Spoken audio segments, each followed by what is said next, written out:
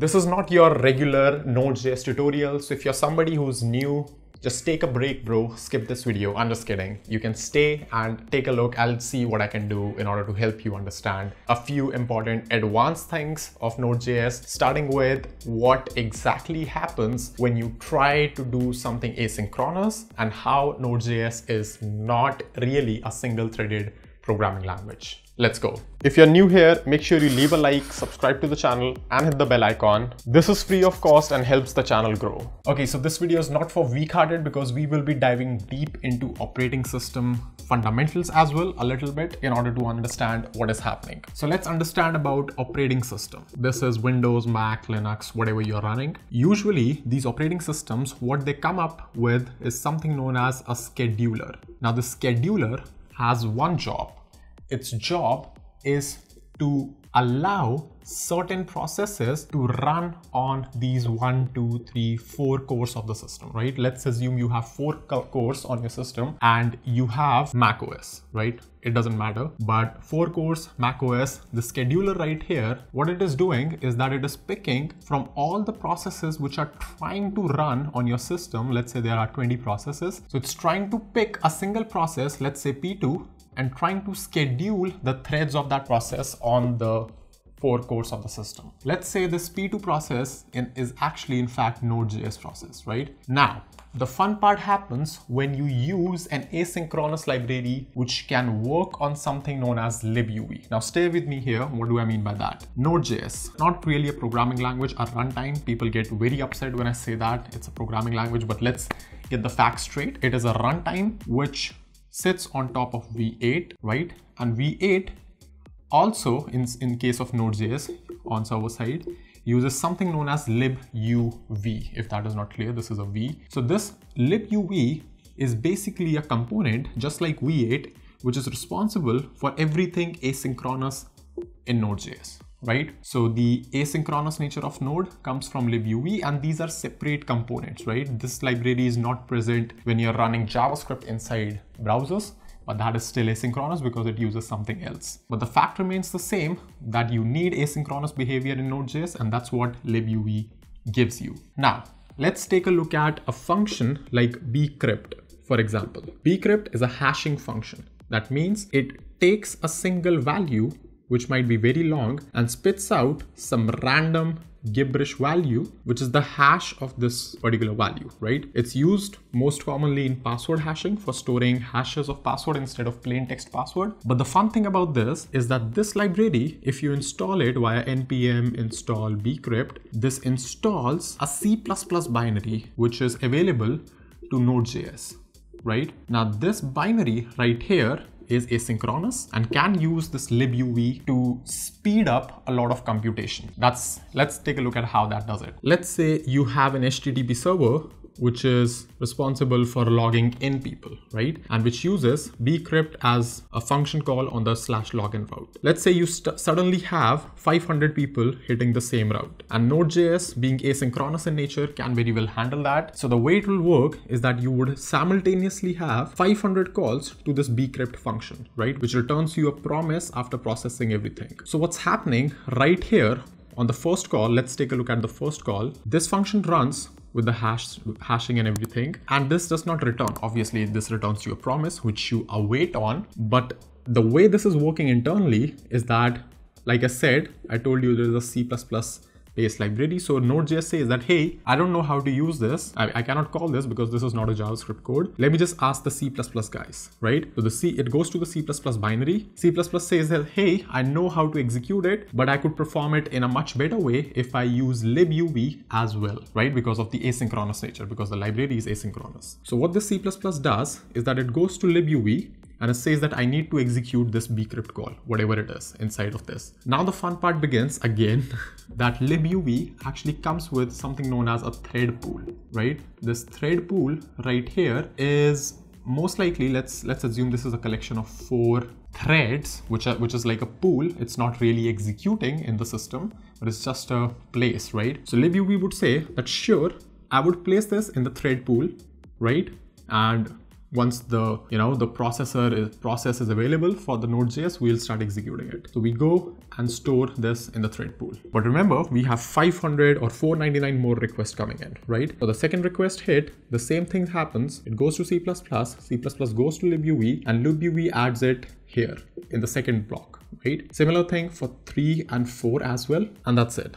That means the block is now, the thread pool is now filled. For the rest of 496 calls which are coming on the server, the bcrypt calls, the thread pool, the libuv just puts it in a queue, right?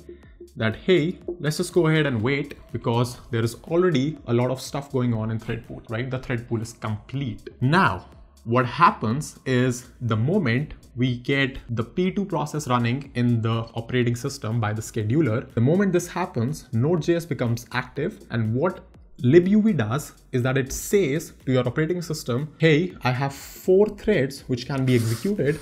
Let's just go ahead and do that. So what thread pool does is that it throws every single one of these computation operations in their own dedicated cores, executing parallelly, not concurrently, parallelly. So you have these 4 values right here, which are executing parallelly. So this means that you are computing, your computer, this is actually 4 separate cores. This would compute parallelly, and they would, once they return all of that information, it goes back to thread pool, libuv, v8, basically get back to the Node.js world instantaneously, right? So if every single call of bcrypt takes 1 second, this process of computing 4 calls would also take 1 second because all of them are happening parallelly, right? Now again, of the 496 calls which you have here, they would be scheduled, and once any single one of them gets out in terms of getting the results, if this one evaluates faster, this gets out, and you end up with one block here which can be sent right here in order to execute, right? So then you have 495, 494, and so on, going all the way to 0. Now, a couple of observations which you would have made, that the thread pool size ideally should be equal to the number of cores on the system, right? Because if this is smaller, then you're wasting potential. And if this is larger, then you are actively pretty much just doing context switching here, right? It would start sending it here, but your scheduler would start context switching between the threads. And once that happens, things usually slow down because context switching also has its own time. Therefore, what you want is you want your thread pool size to be equal to the number of cores which you have on your system. And how do you set this thread pool size? There's an environment variable called uv underscore thread thread pool underscore size. So this variable, this environment variable, once this is set, that's what the libuv uses as the thread pool size. This is something someone asked me in the comment section the other day, which I already have created a video on in the advanced JavaScript course last year, but I still decided to do this because we have a new whiteboard format, so why not use that?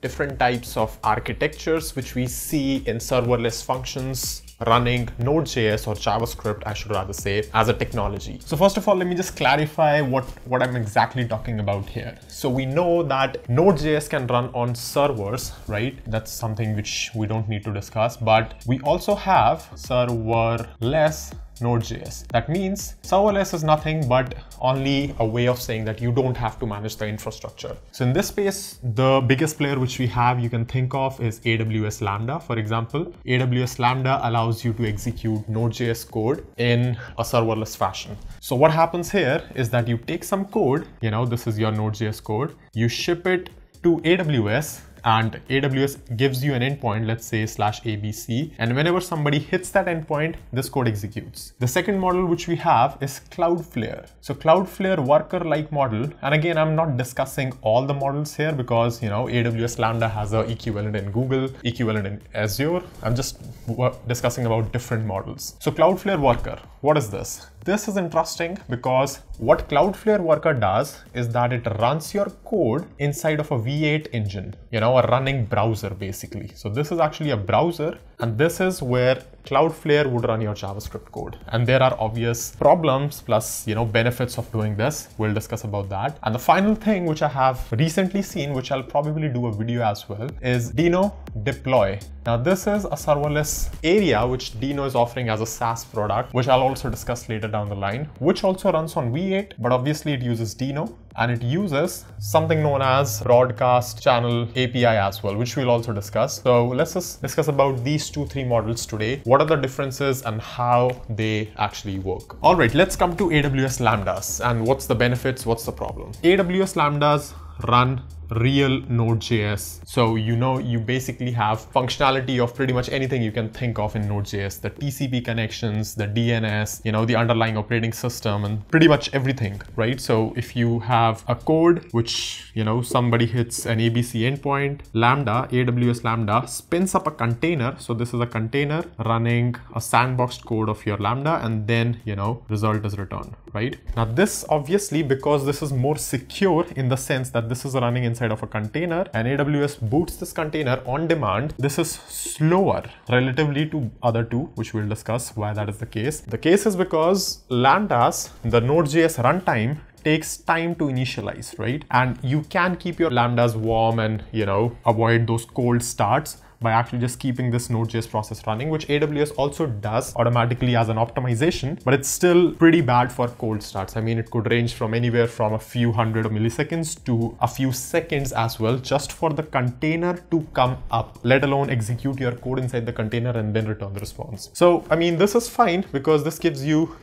maximum compatibility with what your code you're writing, because we'll also discuss why this is important. But, the performance is not so good here inside of AWS Lambdas or any other equivalent which are running the full node runtime. Then second, we have the Cloudflare workers. Now Cloudflare, what they did was something very interesting. They have a lot of technical articles on their blogs about how they work, but in general, how Cloudflare does it is that it will be running your process inside of a V8 engine as as one of the processes. And I remember this diagram from one of their blogs where they actually show you that this is your V8 process, right?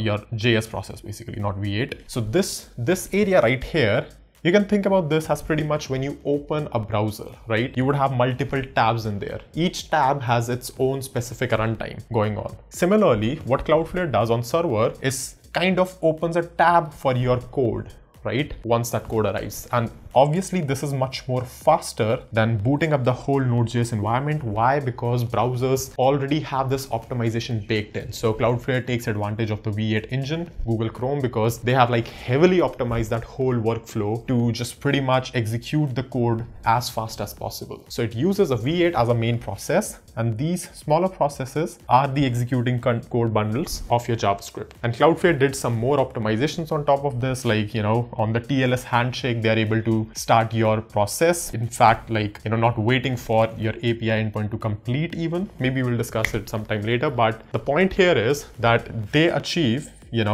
basically, no, they don't have any cold starts right here. So that means 0 milliseconds would be wasted. Whenever somebody hits on an API endpoint, it will always be directly executing your code as if it was running on an EC2 server, right? Or somewhere where the code is already just ready to execute, like in a browser. But of course, the problem here is that you lose out on this compatibility thing, right? Why? Because, for example, let's say you want to connect to a MongoDB Atlas database or, somewhere hosted. You cannot do it from V8 engine because there is an issue. V8 does not allow TCP connections, right? And neither does Cloudflare workers at the moment. So that thing is one thing. Again, you are limited with some specific API sets not being available here because Node.js runtime is not available here. It's kind of cheating. It's basically just having a JavaScript engine here and supplying a few important APIs on top of it, right? So not exactly cheating. I mean, it's good because this gives you a lot of performance benefit,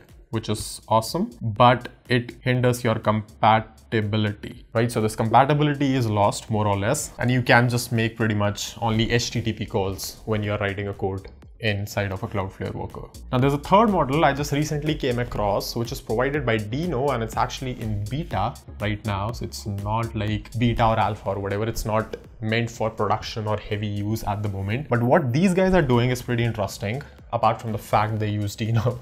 But anyway, so what they are doing is that they are a little different from Cloudflare worker in the sense that, okay, they also use V8, but what they say is that it's a globally distributed V8 engine.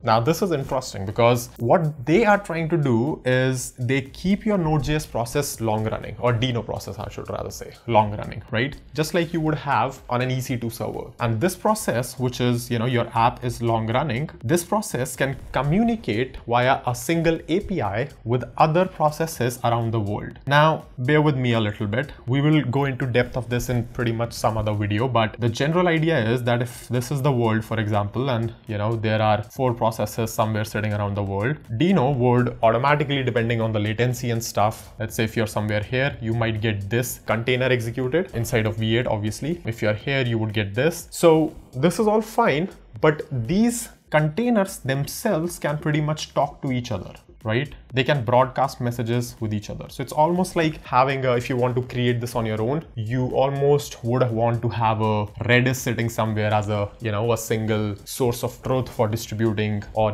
having a pub submodel somewhere. But this is interesting because now you can communicate between different instances of codes running without actually managing all that storage and infrastructure part. Plus, this is also interesting because Dino prefills, polyfills, whatever it does for TCP connections as well. I mean, it's early. The API is not stable yet. Maybe they'll remove some features. Maybe they'll add some features, but TCP connections are possible. That means you can connect to databases. And again, like I said, whatever I've seen so far is that they are also long running processes. That's also good. I mean, Cloudflare worker pretty much dies after executing your code, right? You come in, you execute, you're done. That's it. Just a correction here, Dino is not, it's not a long running process. It's basically capped to 50 milliseconds of CPU time, which might not seem like a lot, but it's actually a lot because this is CPU time, not execution time. We'll discuss about this later as well, but yeah, this is something to keep in mind. Similarly with AWS Lambdas, you come in, you execute your code, you're done. There's a hard limit on 15 minutes on Lambdas. I'm not sure what's the Cloudflare limit. This is not distributed. Lambdas is not distributed. You have to create a Lambda in a specific region. If you want to distribute it, then you would have to use Lambda Edge, which comes with its own set of problems, but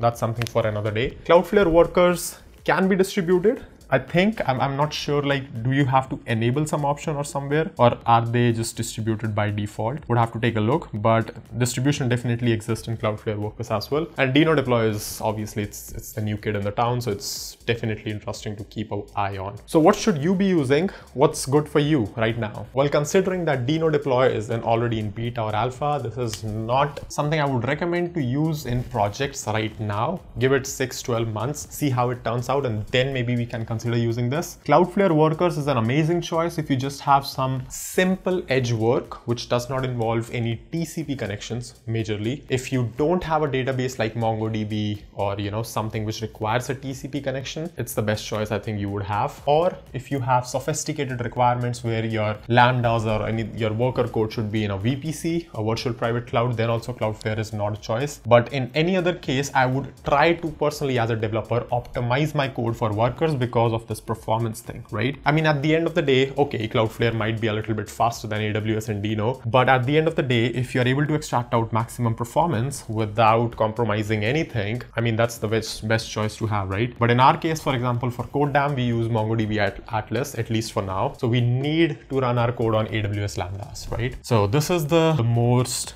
maximum compatibility platform, and if you need anything you would find here. If you're running Node.js, it will run here, so on and so forth. So you need to use AWS Lambdas if you want a lot of compatibility, if you want production level traffic handling and so on, because AWS is like battle tested stuff. So yeah, I mean, for basic projects, Cloudflare worker, Dino deploy, let's wait a little, and AWS Lambdas is anything heavy, right?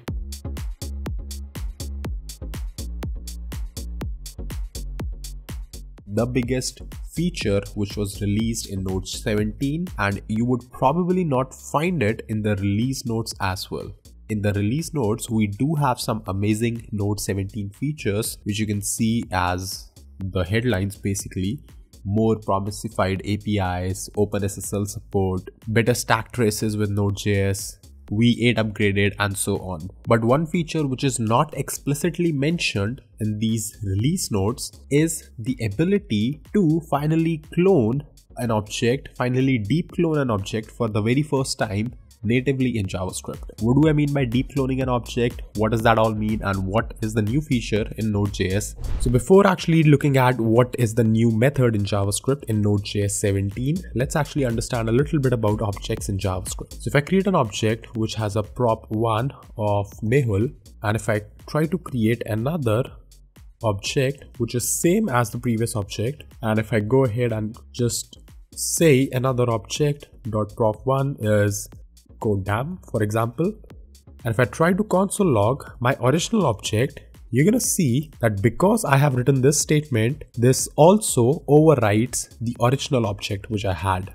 right? And the reason for this is because in JavaScript, you can see I lose the Mehul as a value and I only see codedamn even in the object, which is the obj part. The reason for this is that when we do something like this, objects in JavaScript are referenced by memory. So this statement right here means that whenever you are trying to assign an object to another object, the values never really copy, right? Only the reference of the previous object gets copied to the next object. And whenever you are trying to add a property or remove a property, what you are essentially doing is trying to decode the reference of that object in the memory somewhere, and then you pretty much have two object names, I should rather say, which are pointing to the same object in the memory. Now, if you have used ES6 a little bit, you know the very simple cure of something like this is to destruct an object like this. Now, if you do, and if you run this, you're gonna see you still get Mehul,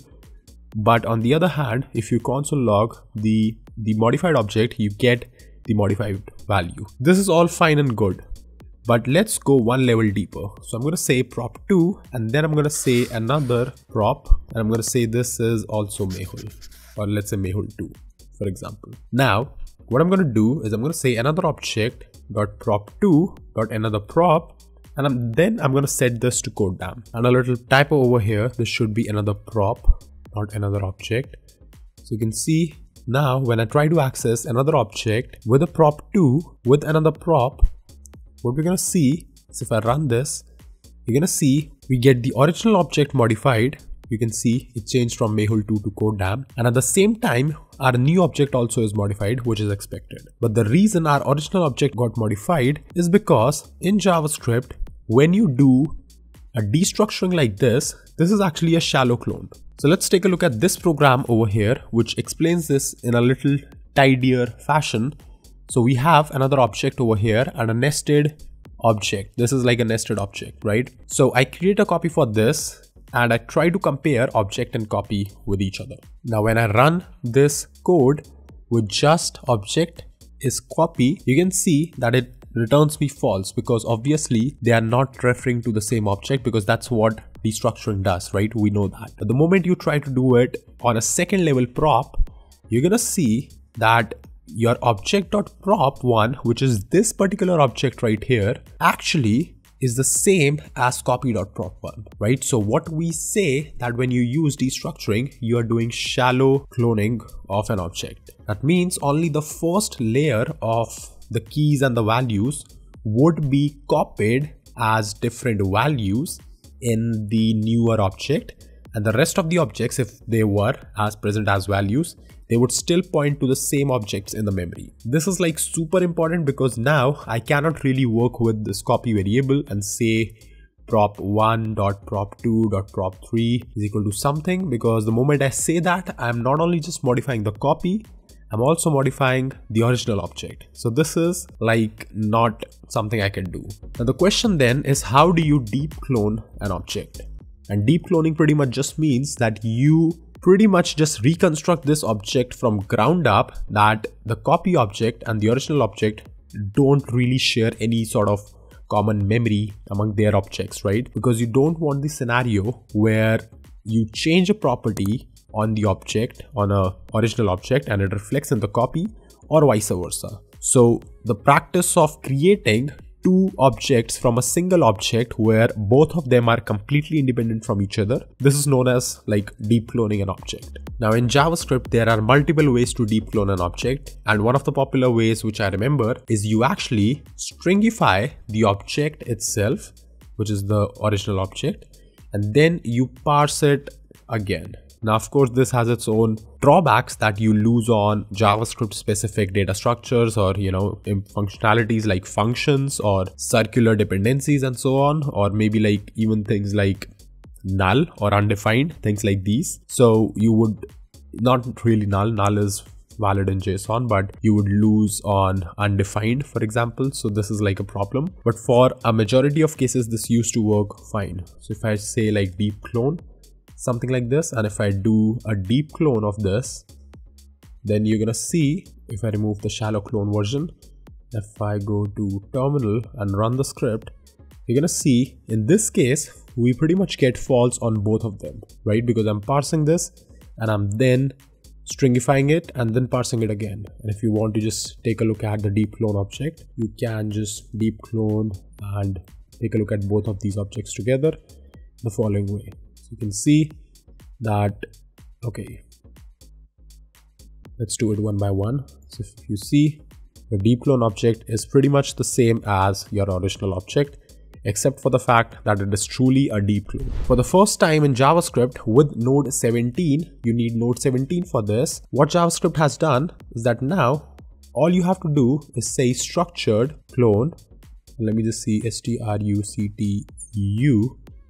clone, and the VS Code syntax is still not like really implemented, and the support as well. But the syntax really is just calling structured clone with the object which you want to clone, right? And it will deep clone that particular object. If I run this again, you're gonna see that we still get both of the objects as same, but the structured clone object also is different, completely different from your original object. Now, of course, because this is a native function, this is natively available in JavaScript. That means this will be much better solution compared to just JSON.stringify and then parsing it again. And it will also be much faster, should be, not really much faster, but should be comparatively faster from other implementations, right? But this might be something which might be very useful where you were using a lot of deep cloning and where you wanted to preserve the original objects, because in a lot of applications you might see that you need to deep clone an object over and over again, and maybe you want to create a separate, completely separate object for that. And in those cases, structured clone might just be performant and relevant for you. Now, this is one of the things which was missing from the official Node.js 17 release thing.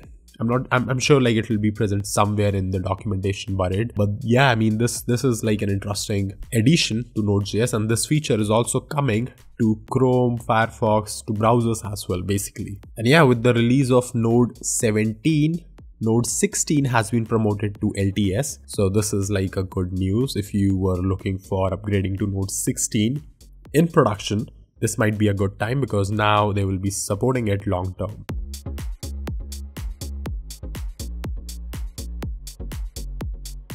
So there's a new change in Node.js, which has been there for a while, but I just heard about this a couple of days ago, and that is the introduction of the new Node protocol. Now, what this does as a protocol is that when you use Node with a colon and then something in front of it, you explicitly tell the JavaScript engine, the Node.js engine in this case, that you want to use the official Node.js module and not something which is installed as an npm module. Now, the reason for that, for example, let's assume there is a module called fetch which is built into Node. Let's assume that for now, although there is not. So if I do something like this, then sure, it will work because it's built into Node. But what if I install a conflicting Node module with the same name? What will happen then? Which module would get imported? So the way the JavaScript resolution, module resolution works is that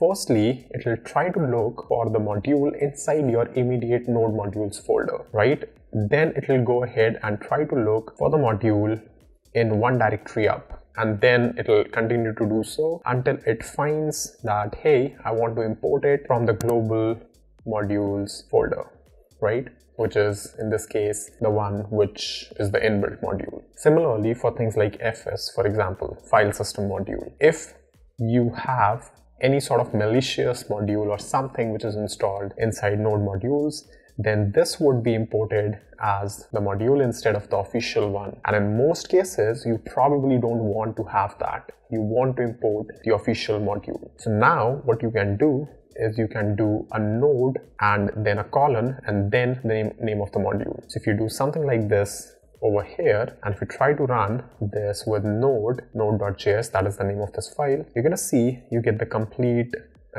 you get the log of the module imported. So that means it's working. And you're gonna get a similar thing even if you remove that. So that's also fine. But if you have node 14 and above, and I think node 14 also has a dependency that you need to have node 14.4. So I think it's node 16 and above, it will automatically work. This protocol thing would automatically work. So you can, if you're sure that your environments are running in node 16 and above, you can prefix your modules with the node protocol. You can see a couple of benefits listed over here. That the first one is it's clear that this is an inbuilt Node.js module which you're importing. And the example which it shows is the promise imports. So you can do something like this as well, which imports the promised version of the file system library, which returns all the async functions, right? So that's neat. It's first of all very neat in terms of seeing that this is in fact an inbuilt module system. And secondly, like I mentioned, there is no risk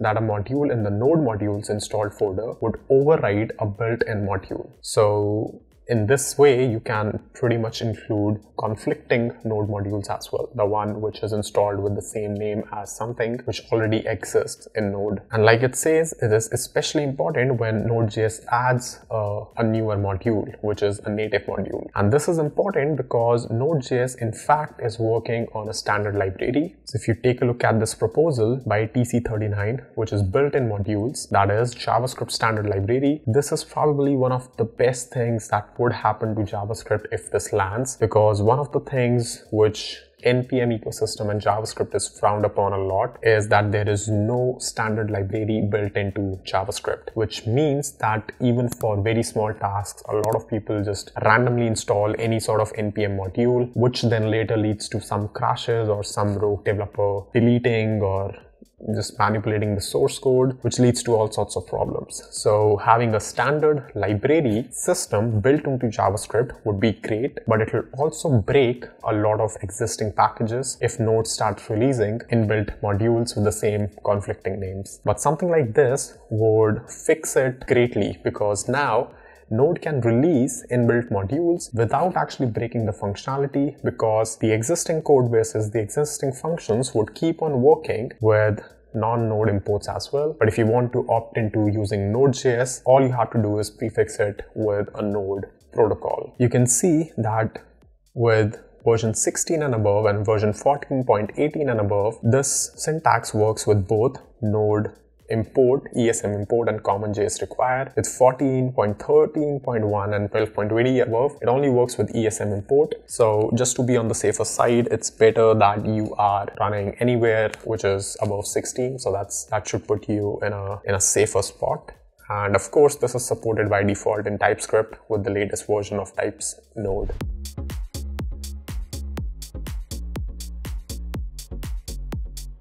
Interesting aspect of Node.js runtime, that is concurrency versus parallelism, and it's more about JavaScript compared to Node.js, how JavaScript works as a concurrent language with the event loop and the asynchronous model. But in general, what exactly concurrency is, what parallelism is in computer science, and how this should affect you as a developer. Let's go. All right, let's start at concurrency versus parallelism. Now, what concurrency is, let's understand it in a way that, let's say you are trying to do two tasks, right? You are trying to clean up your room and you're also trying to cook food, right? So in this case, what you will do is, if I divide your time in terms of the availability, let's say this black over here denotes the time you're spending in cleaning up your room, and this red over here denotes the time you're spending in cooking food. So maybe it looks something like this, where for the first 10 minutes you clean up the room, then for the next 5 minutes you cook the food,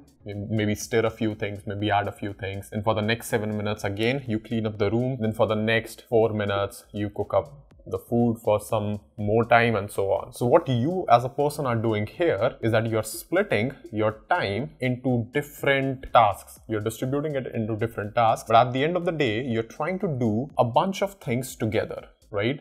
So this way of execution, where it seems like you might be doing stuff parallelly, but at the end of the day, you are doing it in a sequential manner, but you just switch the context very rapidly. That is known as concurrency. Parallelism, on the other hand, means that you and you alone are actually cleaning up the room, and someone else, or maybe, you know, you from another universe, is actually cooking up food for you, right? So this is true parallelism, where for a given time slice, both of the tasks are happening, right? In this case, you can see that for a given time slice, you would never see both of the tasks happening. So that means this process is concurrent and this process is parallel. So let's understand now, why do computers even bother doing this concurrent execution? Why not just do it in a sequential manner and be done with it? Take 17 minutes to clean up the room first and then take 9 minutes. Let's understand it in the following way. Let's say you are printing a document on a computer, right? So you have this computer over here and you have this printer, which is printing some documents, right? Let's say it is printing 10 documents over here. Let's say you issue a print command to this computer and this printer starts printing 1 document, then 2 document, then 3 document. Would you really want your computer to just freeze for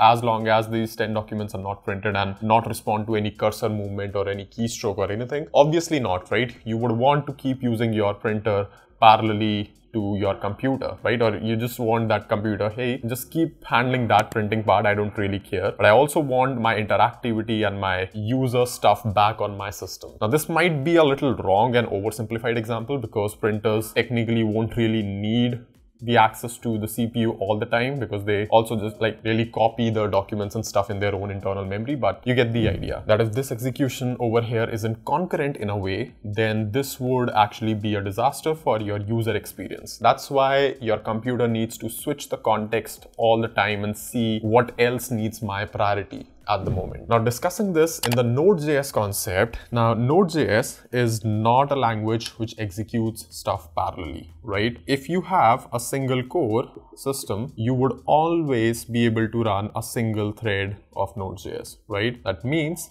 that even if you're trying to do any sort of processing or anything, then Node.js would actually run it in a sequential manner. But Node.js runs stuff concurrently thanks to its event loop. Now, how do we know that it runs the request concurrently, and how does event loop come into the picture? Well, you see that when you perform anything which is IO based or network based, asynchronous, right? When you use these async await stuff in Node.js, that is the point where event loop kicks in. It basically, you can think of it in a way how you would expect an operating system to implement some sort of, loop which just keeps on checking what I have to do next, Is there anything more important? Similarly, event loop is kind of that loop where Node.js would periodically cycle through everything and anything which requires its attention. And in this case, it's actually a bunch of queues, microtask queues and promises and everything which is stored in those queues, right? But the broader idea over here is that Node.js, let's say if you send 300 requests on this Node.js server, then it starts the first request like this, like REQ1, and it'll keep on processing this request until and unless it finds some IO event or some network event. For example, you might be running an await call with fetch, right? So the moment that happens, Node.js says that, hey, not my problem, operating system, handle this fetch request. And it's gonna move on, right? It's gonna move on in a way where it'll start processing the other request. So it will start processing request number 2 now, right? Meanwhile, this OS fetch performs the network request at a lower level, the network request, and then gets back the result sometime later. Then at that time, Node.js, let's say once that result is there with us now, it'll resume the request number 1. Then maybe request number 1 is completed, but request 3 is arrived. So it will process request number 3. And so on, right? So you get the idea. Although Node is single threaded over here, there is no parallelism, like Node is not executing request 1 and 2 parallelly, but you see that it is basically the same concurrency model. And the way Node is able to achieve this concurrency is by offloading a few paths on the operating system. Like, this point, the place where Node would actually offload the point to operating system is where it faces something like a network request or some sort of asynchronous action, right? Or not even asynchronous in a way. If you can just put it in a micro task queue or a queue which Node.js maintains, then it'll automatically move it to the next tick, the next cycle. Now the question is, can you run Node.js parallelly? Well, of course you can, but for that you need to run different processes of Node.js, right? So if you have a 4-core computer, 4-core system, you can run 4 Node.js processes, which will definitely be 4 times faster than your single Node.js process and would be able to handle 4 times more requests, but they would all require 4 different cores to run in a parallel fashion. And within those 4 cores itself, Node would run concurrently on each of those cores, right? So as to not waste any time waiting for something which it has no control over. It just moves on to the next thing. So yeah, that's pretty much it. That was a little bit of introduction into what concurrency is, what parallelism is, and how it works in context of Node.js. Hopefully this was a useful introduction to you. If it was, let me know in the comments below what you think about Node, what do you think about concurrency and parallelism, and if you learned anything new. That is all for this one. I'm gonna see you in the next video really soon. If you're still watching this video, make sure you comment down in the comment section, I watched this video till the end. Also, if you're not part of codedamm's Discord community, you're missing out a lot on events which we organize on a weekly basis to code. You already know the drill. Make sure you like the video, subscribe to the channel if you haven't already, and thank you so much for watching.